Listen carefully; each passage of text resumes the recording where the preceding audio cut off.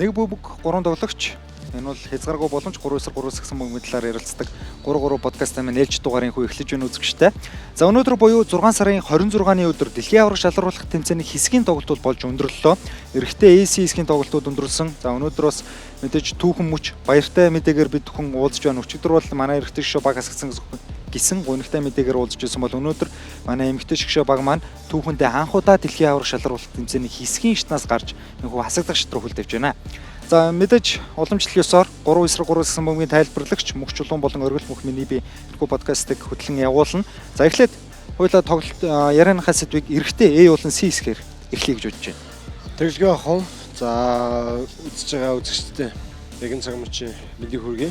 За бидний хувьд нийт хэсгийн эхний 4 өдрийн тоглолт нийт 80 тоглолтыг хүргэлээ. За өнөөдөр бол уламжлалын дагуу сүүлийн 20 тоглолтууд явуулаа. Эрэгтэй A болон C хэсгийн тоглолтууд явагдсан үзэгчтэй.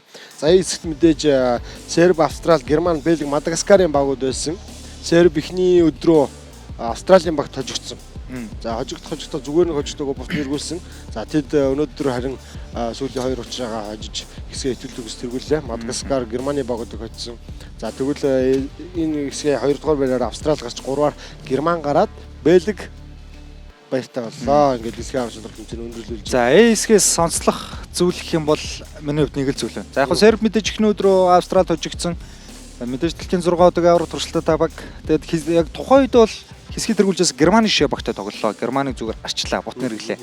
Энэ талаар таны хувьд яг тоглолт эхлэх өмнө ямар төсөөлтэй вэ? Ийм хол үр дүн гарна гэсэн бодол байв уу? Зүгээр яг тоглолт эхлэхийн өмнө гарын тайлбарлалтын өрөөнд бид нар ярьжсэнтэй хоорондоо за яах вэ гэхлээр би бол нэг л зүйлийг хэлжсэн. Одоо ч зэрэг минь Серб энд яг яах гэж ирснээ зүгээр харуулчлаа бидэрт.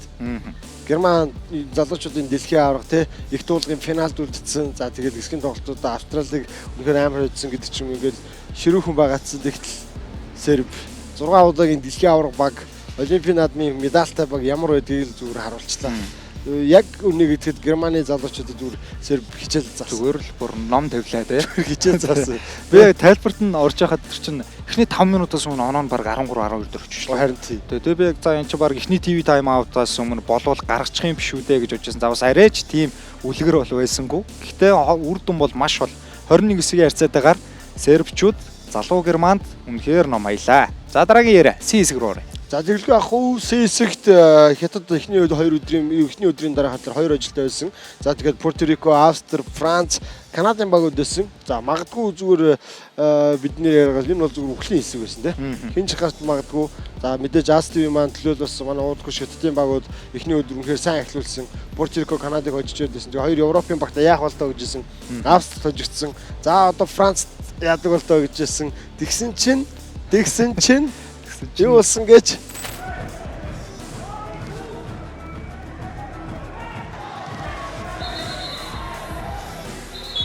За Францигуудад энэ дөр одоо техник яалт юм шүү дээ. Сигула энэ дэр яаж хон болов? Юу болов?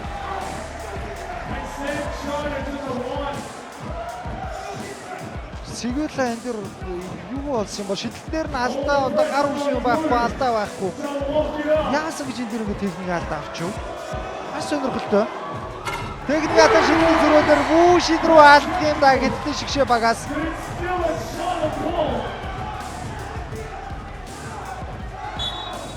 Ахаа техник алдаа энэ дэр яагаад гомдлоо ерөөс. Хажуунаас сонсч идэх болох юу болоод байгааг мэдэхгүй байна. Сигэл 2 дараалал техник алдаа ямар болчихгүй л дээ. Угаас шийдсэн шидээгүй хятад дахиад логон дээрс бөмбөг авна штэ. За энэ дээр яаш магадгүй юм байна. Яг онооны хүслэг тодорхой болоогүй. Заавал техник атааны шидэлтийг өгөөд овертайм гаргаад Франц оноос халах гэж үзэж магадгүй юм. Заавал 2-3 онооны зөрүүтэй хожих тийм даалгавартай явж болох юм. За яг онооны хүслэгтийг бол би яг нарийн сайн мэдэхгүй байна. Гуайны шидэлтэй амжилттай болсон. За одоо харин Сигула амарч байгаа юм шиг байна. За тийм байна. Энэ дэр онооны зөрүү заавал гаргах гэдэг юм шиг байна Сигула. Даалгавар тийм бололтой. За одоо харин хамгаалах хэрэгтэй дээ 1.5 секундээр. Гуаню хотын цаа шилдэг гэсэн Жокогийн хаалт амжилттай болсон. Одоо ингэ. За тийм байна. Одоо Франц ч санаа амарч штэ. Заавал онооны зөрүүтэй оноогоо өндөр гаргаж очих гээд байх шиг байна. Франц заавал 18 оноо. Рафаэль Веснергээ 2 шидэлтэй алдсан. Жандин зөрөө хятад боломж үүссэн. Үзэгчтэй хятад боломж үүссэн. Шанчжао суулгаад 2-оос шидэлтэн дутлаа. Бүгний талд эзэл Бүүшин рүү араас нэмээд татагцсан. Энэ амжицсан. Сайн тасуур байсан. За ямжцсан шүүгч тооцох ба. Тооцчих байгаа юм байна. Юу болсон гэж. За ориглоо 16-15 байсан тий. Франц өөрсдөө албаар техник алдаа авсан. Энэ талаар чи хүмүүст мэдээлэл өгөөч. За яг тухайн тоглолтод би тайлбарт орж жагаад. Тэгээд сүүлд 1.5 секунд тахгүй юу? Тий. За тэгэхээр Франк Сигула зүгээр ингээд шүүгчийн барьжсэн бөмбөгийг очоод булааж аваад бүр тойр зүгтаагаад би бүр гайхаад ингээд бас нөгөө хүсгтийн байлдар ч нөгөө өмнөх тоглолтын автыг дурж ирээгүй. Хүсгтийн оног нь би яг сайн мэдгүйсэн байхгүй. Тэд яагаад байгаа юм бол гэж бодоод. Тэгэд за техник алгаар тургуулчлаа. Вүүшин рүү техник алгааны шидэлтэй алдлаа. Тэгсэн чинь Сигэл ахаад аваа зүгтаалаа нөгөө бөмбөгийг. Их сонирхолтой. Яг 3 7 жил ингээд тавьж байгаа. Түүхэнд анхудаа яг юм марсан те. Шүүгчийн бөмбөгийг авчихсахтаа сүүлдээ эхлээд энэ шүүгчийн хувьд ч айгүй эвгүй байлахгүй. Тэгээ яг энэ тоглолтын систем өчөж шүүгч өөрөө серб шүүгчсэн маш ухаалаг байсан шүү дээ. Хүлээсэн шүү дээ. Яг яагаад юм бэ? Чи юм асуучих юм би тайлбарлаа яасан хийсэн гэд. Энэ чинь шүүгчээс Сербийн Францын хожиж байгаа тоглолтын техник алдаа өгөөд яг эцсийн мөчөд техник алдаагаар тоглолтыг шийдэх хүсэхгүй байгаа байхгүй шүүгч. Тэгтэл ахаал аваа зогсоос. За тэгээд за тэгвэл шууд техник алдаа өгсөн. Тэгээд учир шалтгаан юу байсан бэ гэхээр Франц Хятадыг 16-15-оор хожоод тэдэнд ямар ч ашиггүй байсан. Олон тоглолтод тэд гисгээс гарч чадхааргүй болсон. Францын зүйл юу вэ гэхээр тэд заавал 18 гол авах хэрэгтэй. 18 болон дүнээс тийм. Би тэр хоёр дахь техникийн алдаа шийдэж байгаа шүү дээ. Яг тэгээ өөр тайм гараад тэгээ би нөгөө 3 сайтын ингээ рефреш хийсэн чинь яг нөгөө хүснүүдийн үр дүн орж. Тэгээ би бодож байгаа. Энэ ингээд Франц заавал 18 он авах хэрэгтэй. Тэр чинь Австраас оноод утсан байл шүү дээ. Тий. 18 он авах хэрэгтэй. Австраас нэг оноод утцсан. Тэгээ гол зүйл нь юу вэ гэхээр тэр чинь оноод утчвал нөгөөдөл нь гараа явчихна. Тэгээд яг энэ дээр сууж байгаад үзчихлээ үзэгчтэй юм. Нөгөө үзэгчд гахад энэ юу болоод байгаа юм бэ? Яагаад техник авахгүй гүгээд байгаа юм бэ гэд. Тэгсэн чинь нөгөө Францын дасгалжуулагчдын баг нь орж ирэл ухаантай зүв баа гэдэг нөгөөр ч орилоо те. Тэгээд угаасаа 18 оноо түрхээд байгаа нөхцлөл энд ойлгомжтой болчихж байгаа. Тэгэл тойроо сууж ирсэн хүмүүс яриад гүй надад ч ингээд техник алдаа авч нэмэлцээ гаргах гэдэг эдэрт 16 он ашиггүй ингээд ер нь нөхцөл ойлгомжтой болсон. Гэтэ бас их сонирхолтой болсон. Үнэхээр сонирхолтой дүр зураг. За гэлээгээд хов зэ тэдний талд байгаагүй нэмэлцэг гарсан, Францч боломж гарсан, Хятад 2 удаа боломж гарсан. Тэгээ Франц боломжоо ашиглаж чаддгүй бөмбөгөө алдаад 2 удаа. За Хятад бол харин сүүлийн боломжоор 2-оос хийгээд 18 16-гийн харьцаатай хоцсон. Улмаар ингээд энэ үхлийн хэсгийг, хэсгийг оргил мөхөө би өстө уучлаарай гэж хэлдэг те.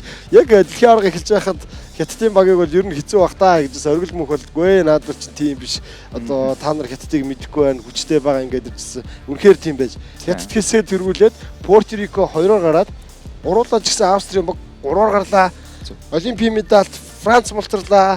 Америк ТV авраг, Канада мултарлаа. Франц 2 дэлхийн авраг дарааллаа. Мултарлаа. Дэлхийн авраг дээр ерөөсөө болохгүй тийм. Яг хамгийн сүүлийн тоглолтын дээр дандаа хувь зэш шийдэж чинь тийм. Дандаа хамарны хордор тассан. Хожигдол юм бол хэсгээс гарах тоглолтууд тийм. Ингээд 2 дарааллаад тэгээд гол нь бас өөрсдөөс ингээд чансаа доогоор төсөөлшгүй хожигдлууд байлаа. За тэгвэл эмэгтэйчүүдийн хувьд гэх юм бол өнөөдөр 2 хэсгийн тоглолтууд шовтрлаа, өндөрлөлөө. Бие болон Т хэсгийн үр дүнгууд гарсан. За одоо энэ талаар ярилцъя. Тэгээ уучлаарай оргилмөхөө бид эрэгтэй бракетаа шүү тавьчихсан. Нэрээ тий. За хасдагчны дараалал тэгээ эмэгтэй. За тий. За хэсгийн нэгээр гарсан 4 баг шууд цаашаа орж байгаа. Тэгээд уучлаарай үзэгчдээ уцаа харж байгаа мэдээлэл зөв хүргэж хэлчихэ тий. Серб, Швейцар, Хятад, Америк нэгдсэн улсын шигшээ өгөө шууд топ 8 руу үлдчихэж байгаа юм. За тэгвэл Порто Рико, Японы хасдаг шатнд хоорондоо харж байна. Хасдаг шатны эхний тойрог дээр. За түүний араас Латв, Австрид харж байна. Серб, Порто Рико, Японы хожсон Серб руу очино. Латв, Австрийн хожсон Швейцар руу очино. За ингээд Латв, Серб семифинал дээр тарах магадaltaй харагдаж байна. Зүгээр цаасан дээр бичсэн юмнаас. За Австрал, Испани хожсон нь Хятад руу очино. Австрал, Испани чинь ч одоо өстой тэнгэр мэдэгтэй нэр үнэхээр сонирхолтой тоглолт болно. Хоёр баг хуйлаа маш өндөр. Ер нь баг магадгүй дундаж нуруугаар энэ тэмцээд ирсэн багаас хамгийн өндөрч байхаг үгүйсэв. Испани бол дундаж нуруугаар хамгийн өндөр байгаа. Бүгд 2 метрээс дээш өндөртэй. За тэгвэл Австралийн шишээ багт одоо Тича болон Стит гэсэн гайхамшигтай байгаа тий. За тэгээд Нидерланд, Германы хожсон нь Америкийн шишээ рүү очино. Үнэхээр гайхалтай тоглолтууд яг одоо ардлын талбай дээр маргааш болох нь үзэгчтэй. Маргааш биднийг 8 тоглолт хүлээж байгаа. Эрэгтэй тоглолтууд Порто Рико, Япон, Латв, Австрал, Испани, Нидерланд, Герман гэдээ харцсан байна. За одоо эмэгтэй рүү орох уу? За би болон Т хэсгийн тоглолтууд өнөөдөр шовтрлаа. За үзэгчтэй бол сүлцэлвчтэй байна. Мэдээлэл үнэн зөв өгөхөд бол Харин яг утсаа харж гад ярих шаардлагатай байна. яг юм баталгаатай дээр л. За BSK-г бол 1-р байраар Америк нэгдсэн улс тэргүүлж гарлаа. 2-оор манай Аз тайван төлөөл Япон. За 3-аар гэх юм бол өнгөрсөн жилийн Европын аварга Нидерландын шгшээ баг 3-аар гарлаа. За энэ хэсгийн талаар яриа байл. Тэгэл яг хуу. За энэ хэсгээр бол яг хуу хамгийн сенсацтай нь бол зүгээр Японд л. Тий. Магадгүй яг эхэлж яхад Нидерланд 2-оор эсвэл Америк 2-оор энэ 2-1-2-оор гараад за тэгээд араас нь хийн те. Чех, Чил эсвэл Япон 3-1-нд гэж байсан чинь эхний өдрөөс эхлээд Япон сенсацтай ирсэн. За өнөөдөр бол Америк тэгээд яалтчгүй хожигдсон. Гэхдээ тэд Чехийг үнэнхээр гайхалтай хожигдсон. Японы 3 дугаартай тоглогч Фукуя Такахаши гэдэг байгаа. Тэр тоглогчийн мэдрэмж метр 60 см-тэй тоглогч тийм өндөр үе сагсан бөмбөгийн тоглогчийн хувьд тэгээ Японы чансааны номер 1 тэр юмтэй. Яагаад тийм бэ гэдгийг үнэхээр харууллаа өнөөдөр. За ялангуяа тэр сүүлийн довтлогоон бол үнэхээр супер мэдрэмж. Самраас бөмбөг аваад би одоо хүртэл ингээд тархинд орж ирж байна. Бөмбөгөө залаад урагшаа алхаж байгаа. Хамгаалагч араас нь нэг зөрөөд алхсны мэдэнгүүтээ шууд суурин дээрээ буцаж ирэл оноо алдчихж байгаа. Үнэхээр гайхалтай. Тэгээ энэ Японы шгшөөгийг ирж дэмжээрээ үзээрэй те. Маш гоё сагсан бөмбөгийг бидэнд танилцуулнаа.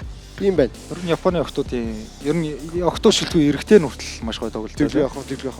За шууд диск. За шууд диск рүү орё. За дискийн хувьд гэх юм бол 1-р байраар дэлхийн аварга олимпийн мөнгөн медаль Испани шгшээ баг өнгөллөө. 4 ижлоос 4 тоглолтоос 4 ижлэлтэй 100 амжилттай бол 2-р байраар манай Монгол Улсын эмэгтэй шгшээ баг энэ олон жилийн дараа дэлхийн аварга түүхэндээ анхудаа хэсгээс гарлаа. Гарахдаа тэдний хувьд доороо өнгөрсөн оны олимпийн аварга холбооны бүгд найрамд Герман улсыг доороо хийлээ. За дагаж гарсан багийн төрүүлсэнчлэн олимпийн мөнгөн медаль дэлхийн аварга багийг дагаж гарлаа. За 3-р байраар бол Германы шгшээ баг гарсан. Тэгэл яг уу. За теннисгээд 4-р Бразил, тэгээ Украины шгшээг маань харамстай хожловч чадсангүй 5-р орж байна. За тэгээд манай шууд ерөөсөө Монголын хоёр идэх үү? Ойлгомжтой шүү дээ. За манай шгшээг олимпийн наадмын финалд гарсан Герман, Испани багуудын голд явж ороод 2-оор гарчлаа. Үнэхээр сенсацтай. Өнөөдөр хэсгийнхаа 3 дахь тоглолтыг өнөөдрийн эхнийхэн тоглолтыг олимпийн аварга Германтай тэ Элиза Мевиусийн эсрэг хийж эхлүүлсэн. За тэгэхээр тэр тоглолтоос эхлэе үзэгчтэй. Би өөрөө яг тайлбарлан сууж ирсэн. Хойлоо тайлбарсан тоглолтуудаа дааж. За тэгээ. Үнэхээр гайхалтай байсан. За Германтай юу болсон бэ гэхээр тоглолтын эхнээс манай тоглогч хамгийн чухал зүйл бол өөрөөсөө маш тайван байсан. Шийдвэр гаргалтуудаа их зөв хийж ирсэн. Гол нь тэрэн дээр тайван байгаад байсан. За тэгэнгүүт Элиза Мевиус дээр хийсэн ариун цэцгийн хамгаалтыг онцолж хэлмээр байна. Ариун цэцэг яг Элиза Мевиустай доор 3 удаа тулаад за тэгээд зайд гаргаж ирээд 2 удаа хамгаалаад за тэгээд өөрөө зурж ороод Фолиросын эсрэг оноо аваад ер нь тэгээл Герман дуусчих шиг болсон. Би яг тайлбарлаж байсан тэгээл мэдэрсэн. Яг өөдөөс нь хүчээр явж ороод оноо авцсан. Эргээд Мевиустай доор тулцсан. Буцаж гарч ирээ зайд Мевиус хөл дээр нь ажиллаж явсан чи ерөөсөө хөдлөөгөө найдвартай ингээ хамгаалцсан. Бараг тэгээл Герман дуусчихсан. Мэдээж багаараа үнэхээр гайхалтай тоглосон. За тэгээд би нямжийн нанди үслийг үнэхээр ямар гайхалтай тоглож вэ? Ямар тоглож? 18 настай шүү дээ. Зүр тэр одоо 18 лээ шүү дээ. Тэр шидэлтүүд нь те 2 онооны шидэлтийг Германы эсрэг тийм найдвартай, тийм итгэлтэй, тийм чөлөөтэй хийж өгдөг. Сүүлд бүр тэгээд бүр ингээд өөрийнхөө тоглолтод итгэлтэй болсон. Талбай дээр шийдвэр гаргах хэдрүү зүгээр. Одоо бидний бол наригжил шүү дээ те. Зүгээр араараа ч өгж байгаа шиг. Эсрэг багийн тамирчдаг бол зүгээр баг удаашруулж харж ялэн шүү дээ. Яг яаж над руу цөмөрч энэ тэр сүүлд нэг баруун одоо хөдөлгөөн төр зүрдэг оролтыг харж ямар гоё юм бэ. Үнэхээр тайван. Үнэхээр цэмбэр. За тэгээд Германыг хожоол яваад гисэн. За тэгээ араас нь сая Украинтай сүүлийн тоглолтоо хийлээ. Украин Монголын тоглолт юу болов өргөлмөх үү? За Украины шгшээ багтай манайх юу тэжгүй сүүлийн 2 жил 3 удаа таарж байна. Эхний учраа гэх юм бол 2024 оны Улаанбаатар Women's Series финал дээр тараад манай охтод хожил байгуулж исэн. За тэгвэл дараагийн учраа энэ оны Улаанбаатар Women's Series-д учраа тараад манайх хожигдлоо. За энэ бол хайнаа гарах тоглолт байлаа. Хэсэг шатны тоглолт. За манайх Украин шгшээ багтай таарж овертайм гарсан тоглолт. Үнэхээр гайхамшигтай онлотрын хулан гიშ тамирчны бүр итгэмээргүй step back хулын зай шидэлээр манайх хожил байгууллаа. За тоглолтыг бүр эхнээс нь одоо нэг хальтхан задлаад ирээ те. За тоглолтын эхнээс бол яг Украин онооны тэргүүллийг ерөнхийдөө арай дамгаалж явлаа. Манайх тоглолтын турш нэхэж явсан гэхэд буруутахгүй баг. Яалчгүй доор Украинаас туршлагатай тамирч өөрөө нийлээ гэдэг тамирчин байдаг. Хамгийн гол онцлогчтой зүйл манайх тэр нуруулад тамирчны өөдөөс алдааны тоглолт маш бага гарлаа. Ерөөсөө эхний 5 минут манайх нэг л алдаа гаргасан. За тэгвэл манай дахиад 5 алдаа гарах эрх байна. Тэрийг харин сүүлд 2 дахь ТV тайм аутс биш маш ухаалаг ашиглалаа. Ерөөсөө онооны зүрэг манайх нэхэж явсан гэсэн хол алдааг өгөн шалтгаан тэр. Алдааны тоглолтоо манайх үнэхээр гоё цензуртэй байлгаж чадлаа. За тэгээд холын зай шидэлтүүд тэр Арукагийн яг одоо тэр баруун завж руу гараад хийдэг шидэлт. Тэр бүр өөрөө шууд самбраас авлаа заалж гараад уг нь нанд үслэн дээр очсон байхгүй жижиг Тийм, ширмж бөмбөг авах гээд. Хан ч зүгээр ариука цаашаа байжээ. Би одоохондоо шидчихээ. Би өөрөө мэдчихээ шидсэн. Тэгэл тэр нь орчлоо. Бүр ингээд нэг моменттэй зүйлүүд үнэхээр гоё байлаа. Тэгэл яалтчгүй бол бас ингээд зангираал ирлээ дээ. Тэгээд тэр тайлбарын зүйл дээр бол үнэхээр гоё байсан. Маш Түүхэн гоё мөч. тоглолтууд байсан тий. За тэгээд нэмэлт цагт гарсан. Тэр нэмэлт цагийн эцсийн нэмэлт цагш үндсэн цагийн сүүлд Украины шидсэн 3-1 шидэлт. Хин Ярмачук шидэлттэй уучлаарай. Тэнгүүт тэр ёо би зүгээр яг тэр шидэлт угаагаа гарахаар нь үнэхээр тий одоо манай талбай дээр шидлээ л гэж бодсон. Зүгээр яг л өөрөө ирэхгүй тийм бодлоор ирд юм билээ. Би ч бас тайлбар дээр үзсэн. Үнэхээр нэг үзэгчд нэг нутгийн заяа гэж боддог тэр нь төссөн тий. Оруулах гэсэн шүү дээ. Тэр бүх зүгээр бараг орж явж байгаад буцаад гараа явц тий. За тэгэл яг нэмэлт цаг дээр бол аль аль багтанд боломж гарсан. Маш хүчрэг тоглолт хийж эмэгтэй шигшээг маань төв бүтээж дэлхийн авраг шалралт тэмцээний хэсгээсээ гарлаа. Гарахтаа Олимпийн авраг Германыг ардаа игээд 2 дугаар оройр шалгарч гарлаа. Тэгээ үзэгчтэй бас хандаж хэлэх нэг зүйл байна. Юу вэ гэх юм бол манай эмэгтэй шгшөө баг энэ олон жил дэлхийн томчуудтай ээж дараалан өрсөлддөг байсан. За хожиг үедээ уушдаг, хожигддаг үедээ хожигддаг юутай ч энэ болгонтой хамт байсан хүчээр дэмжих үзэгч та бүхэндээ баярлалаа. Энэ бол өнөөдөр ингээд манайх дэлхийн авраг шалруулах тэмцээнээс маш том богодог хожлоо. Энэ бол Монголын эмэгтэй 3-3-аас гисэн бөмбөгийн эхлэл гэж харж байна. Учрын үндэ гэх юм бол манай одоо багийн дундаж нас ямар байдаг вүлээ. Сүүлийн 2 жил 3 жил гаргасан амжилт юу вүлээ. Азийн аврагаас хүрэл авлаа. Ханжоогийн Азийн наадаас мөнгө авлаа. Өнгөрсөн жил түүхэнд анх удаа Women's Series буюу эмэгтэйчүүдийн одоо дэлхийн гран при цуврал тэмцээнээс авраг авч үзлээ. Энэ жил дэлхийн аврагаас ингээд хэсгээсээ гарлаа гэдэг ерөөсөө амжилтын бүхэд тасрахгүй байна. Үнэхээр өндөр амжилтыг үзүүлж байна түүхэндээ. Энэ бол манай эмэгтэй 3-3-ын эхлэл шүү үзэгчтэй. Төлөөхөө яг нөгөө нэг юмны цаг нэрлэе гэдэг шүү дээ. Монголын 3-3 сүмг албаа би яг маш сайн мэдэж байна. Одоо ариун цэцэг яг өнөөдөр од гэмлэн гэлдэж байгаа хүмүүс булан за тэгээд дээрээс нь цэрүүл лам. За тэгээд дээрээс нь бус тоглогчид за нандин үсэл бол 2020 он хавцаа 3-3-аас яг хичээлж гисэн.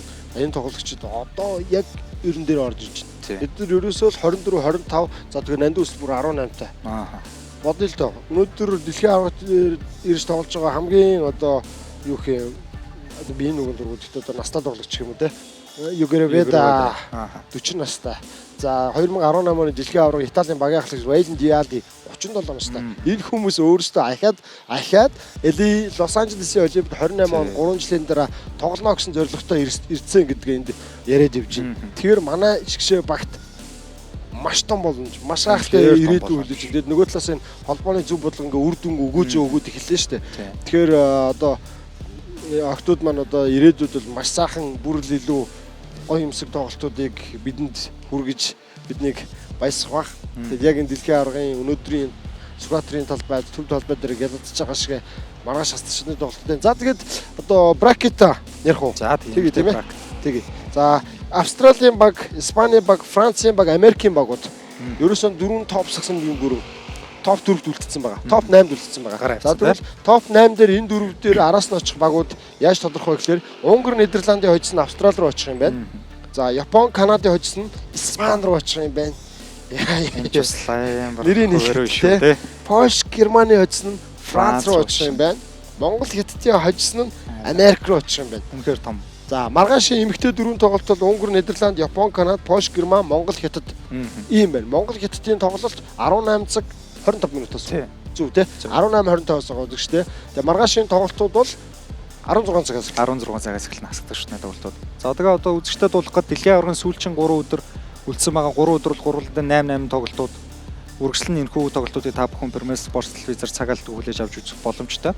За одоо битүүрээр төгсгөл нэг зүйл байна. Өнөөдөр энд бүтээн байгуулалтанд тэмцээний тоглолтууд өндөрлөлөө. Түүний дараачаас Монголын 3-3 гэсэн мөг эрэгтэй шгшөө багийн ахлагч Даваа самбуугийн дэлгэрний болон дээлч шүүмэн хочид Инх Батын дүлгөөн гэсэн тамирчид 3-3 гэсэн мөгийн за дотоодын болон олон улсын холбооноос хүндэтгэл үзүүлэх бас юм нэг үйл ажиллагаа боллоо тий. За яг энэ дээр тэгээд ерөөс энэ үйл ажиллагаа мэдээг байсан бид нар огт мэдээг байсан. Тэгээ олон улсын засгийн холбоо 3-3 олон улсын засгийн холбооны ерөнхийлөгч хүрэлцэн ирсэн. Тэгээ манай Монголын 3 улсын холбооны ерөнхийлөгч ноён Мягмарж хоёр маань гарч ирээд за тэгээд Даваа самбуугийн дэлгэрний Инх Батын дүлгөө хоёрт хүндэтгэл үзүүлсэн. Тэгэд яг тэрчээ энэ хүмүүсийн Мягмарж ерөнхийлөгчийн за тэгээд олон улсын 3 улсын холбооны яг тэр хүндэтгэл үзүүлж байгаа шалтгаан үнэнхээр огшоогоод ирсэн тий. Одоо яг энэ хоёр тоглолтын 3-3 Монголын 3-3 сагсамгийн хөгжил төдийгүй за олон улсын 3-3 сагсамгийн хөгжилд оруулсан үнэтэй хувь нэмрийг үнэлж онцолж ингэж дурдж хүндэтгэл үзүүлсэн бол үнэхээр одоо бахархаж байлаа. Энэ хоёр тоглогч чинь Азийн 2 удаагийн авраг, Азийн 2 удаагийн финалдсан мөнгөн медальтай, дээр нь World Tour-ийн авраг, Challenger-ийн авраг гэдэг яг энэ Аз тоглогч нарын хувьд бол үнэхээр оргилт нь байгаа. Ийм залуус. Тэгээд жигшээ багтай холбоотой. Ер нь эрэгтэй баг дээр бас сошиал медиа дээр санаачин ер нь юу вэ те? Одоо тэгээд чи ер нь эрэгтэй жигшээ багийн энэ дэлхийн аврагыг нэг богинохон дүгнээд хэлвэл. За ер нь одоо энэ дэлхийн авраг гэлтгүү те. Тэгээд сүүлийн томоохон тэмцээнүүд те. Ялангуяа олон улсын одоо чанартай үндэсний жигшээ багуудын чанартай тэмцээнүүд яг үндэ одоо манай жигшээ багууд бол муу биш байсан. Манай үзэгч дээрээ гарсан тоглолтоор бидэнд хангалттай харууллаа. Зүгээр л юм нэг жоохон адсгүй гэх үедээ нэг иймэрхүүл нэг одоо яг шалтгаан тоошмооргүй л байна л та. Гэтэл үнэхээр бодит байдал нь юм байна. Бид хүн мэдж байгаа өнгөрсөн жил Унгарын Дебреценд Ариун болдын ананд за спортын бус үйлдэл гаргасан түүнээс хойш ингээд олон улсын саксмобгийн холбооноос түүнийг тухайн тэмцээнээс нь хасах шийдвэр гарч илаа. За тэгээд сүүлийн 2 тоглолт манайх Францтай гуруулаа тоглосон. За түрүүлээд өөрсдөө матч point буюу 20 өнөдөр ойдсон. Баазардуулж ожигдсан. Вергагийн шийдэлээр баазардуулсан. Дараа нь Польштай Олимпийн сүүлчийн төлөвт сүүлчийн эрхэн төлөв тоглоно. Мөн л ялгаагүй гуруулаа тоглоод Берслав Замойскэд баазардуулж ожигджээ. За тэгээд түүний дараачаас энэ дэлхийн авраг дээр маш их өндөр хүлээлттэй байлаа. Харамсалтай нь Инхбатын төлгөө маань бас бэртлийн улмаас хэсгийн одоо хожиж болох тэгээ хожих хамгийн өндөр магадaltaй сул 2 багтаагаад хийх тоглолтноор бэртлийн улмаас оролцсонгүй үзэгчтэй бас нэмээд уулгах гэд өчигдөр Ариун болдын анд гэсэн бас одоо эрүүл мэндийн зөвөртэй байсан тийм эрүүл мэнд одоо юм байгаагүй нурууны орой л мэдсэн өөрөө ерөөсөө сошиал одоо хүмүүс төрөөсөө бити тараа гэдэг зөвхөн гэр бүлдээ тийм өөрийнхөө гэр бүлийн хүнд хэлсэн байсан юм билээ тийм олон аган тэмдэглэгээ авах тус нурууных нь булчин татцсан тэгээд ялчгүй нэг юм болохгүй л байгаа зү зөвхөн дэлхийн авахч баг тэр бүр их туулгаас эхэлтэй байна анд уг нь игт дэше гараад ингээ хөөр гэж хэдэж шүү тэгсэн чи дандаа нэг урагшаа тонгоох маягтай жоохон урагшаа унч хидэд налч хидэд байсан тийм тэгэхээр ер нь бас нэг ийм одоо ийм зөвөрөдтэй ийм шалтгаантай дэлхийн авраг болж өнгөрсөн байна. Тэгээд за бидээж өчтөр ч гэсэн хууль яшин та юм нэгээр тусахгүй. Дэлгэр нэмчихсэн сайн хийж юм нэгээр тусахгүй. Бид нар хүчтэй эргэж ирнэ. Бид нар дараа нь болохоор өчтөрөөс хэлж ирсэн. Энэ залуучуудыг хүндлэх одоо ерөн сагсан хүчтэй хүндлэх, тамирчдын хүндлэх хамгийн гол зүйл бол яг л ерөөс юм гэдэг. Энэ хүнд хожигдлууд энэ бүх зүйлийн араас тэгэл бэлтгэлийн дараагийн бэлтгэлийн тэгэл дараагийн тэмцээнэ дараа нь явах уу гэж хөвжидэг. Энэ тууштай чанар бол одоо бидэрт энэ тоглогчдоос одоо инспирэшн авч суралцах том шалтгаануудын нэг баг ялангуяа манай өсвөрийн тамирчин хүүхдүүд сагсан бөчч юм уу те тэгж бодож.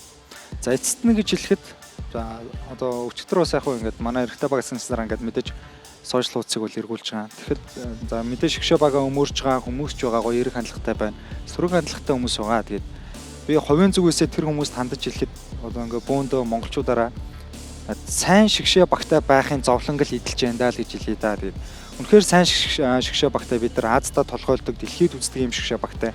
Түүнийг дагаа бид нар нутагтай болж байгаа дэлхийн аврагт ер нь ямар ч тэмцээнд хүлээлтийг өндөр тавьдаг. Тэгээд тэр хүмүүс чинь робот биш, бидэн дөрвөө заавал хожих албагүй. Тэгээд тэр хүлээлтэнд хүрээгүй болохоор тэр хүмүүс одоо битгий ингэж муулаарай л гэж үзье. Хэлий. Энэ хүмүүс одоо ингэж өөрсдөө байгаа бүх юмыг золиослж байгаа. Саяхан л гэхэд одоо манай инкватор маань шинэ ав болвол ингэж тэг ер нь бол ингээ гэр бүлийн ийм ананд ч гэсэн тэг ананд ч гэсэн шинэ ав болсон баяр үргээ. Тэг энэнд нь бас нэраа баяр үргээ. Тэгээд ийм одоо нөхцөл байдлуудыг ингээд өөрсдөө үнд зүйлсийг ингээд золиослон байж бид бүхний баясгалын төлөө Монгол улсын нэрийг дэлхийд гаргахын төлөө ингэж хөлмөрлөж тамирж тоглож байгаа тамирчтай битгий ингэж харлуулаарай л гэж хэлсэн. Хэдүүлээ бүгдээрээ монголчуудаараа ингээд зүгээр сайн шгшээ багтай байхын зовлонг л мэдэрч байгаа шүү л гэж хэлээ да үзэгчтэй. За ингээд 3-3 сагсан мөнгөлөөр ярилцдаг 3-3 подкаст маань энэ хүрээд өндөрлөж байна үзэгчтэй. Маргааш буюу 6 сарын 27-ны өдөр тэмцээний хасагдагчдын тоглолтууд эхэлнэ. Энэхүү тоглолтуудыг та бүхэн Premier Sports телевизээр хүлээн авч үзэх боломжтой. Маргаашийн дугаараар эргээд уулзъя. Бити мартаарай тоглолтууд 16 цагаас эхэлнэ. Энд ирж дүүргээрээ манай Premier Sports-оор үзээрэй. Баярлалаа баяртай. Баяртай үзэгчтэй.